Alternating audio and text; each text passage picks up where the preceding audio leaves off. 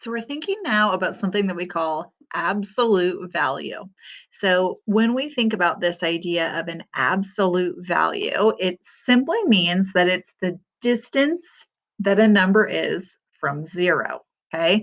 So a number's absolute value is its distance from zero. That says distance from zero on a number line. All right, so as we're thinking about on a number line. Okay, so when we're thinking about the distance from zero, right, we can kind of get this visual. We can even write it down. So here's a number line here. So what we're talking about is we're saying essentially that if we start here at zero, if we take one hop to the left and one hop to the right, those are the same distance away from zero. They're just in opposite directions, right? So same when we do 2 hops or 3 hops or 4 hops or however many, right? If we go 4 hops to the left and then start at 0 again and go 4 hops to the right, it's the exact same space away from 0. So those numbers, 4 in this case and -4 in this example, are what we call opposites. All right? So you can say that opposites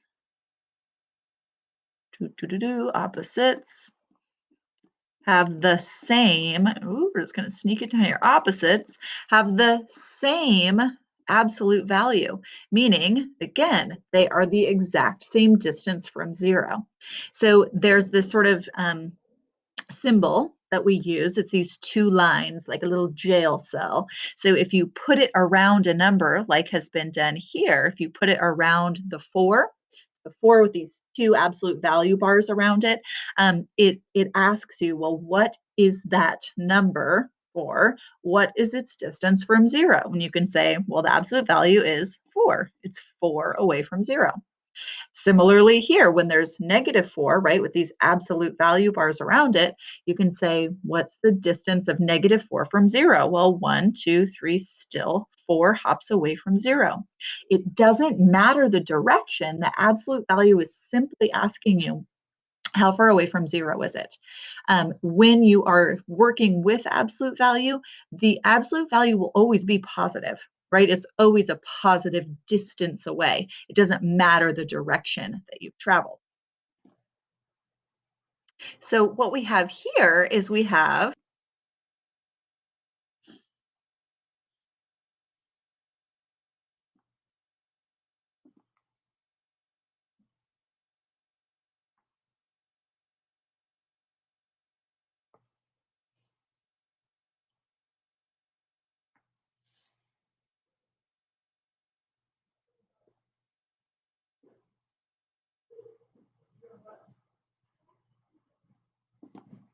So finally, we're going to kind of just hone in on the idea of opposites, right? So we know that on a number line, boop, the opposites are the same; they're equidistant from 0, right? But in opposite directions. One's in the positive, whoop, and one's in the negative. So we can say, what is the opposite of a negative number? Well, that becomes a positive number. What's the opposite of a negative? That would be sorry, what's the opposite of a positive? That would be a negative. And what's the opposite of 0? Well, 0, woo, is its own opposite in a way. It's not technically positive or negative. So when we think down here, we can say, okay, well, now we want to think about specifically finding or honing in on the opposites of these certain numbers. So what is the opposite of 8.2? Well, 8.2 is 8.2 hops from 0 in the positive direction. So what number is exactly 8.2 hops away from 0 in the opposite direction? That would be negative 8.2. Right? If you can see it written in this other way where you say, I'm going to look to my parentheses, right? I have negative 97.5 in parentheses. So we want to take the opposite of it, right?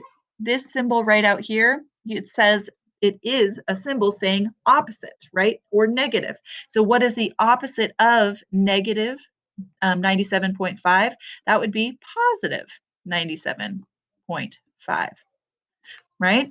The opposite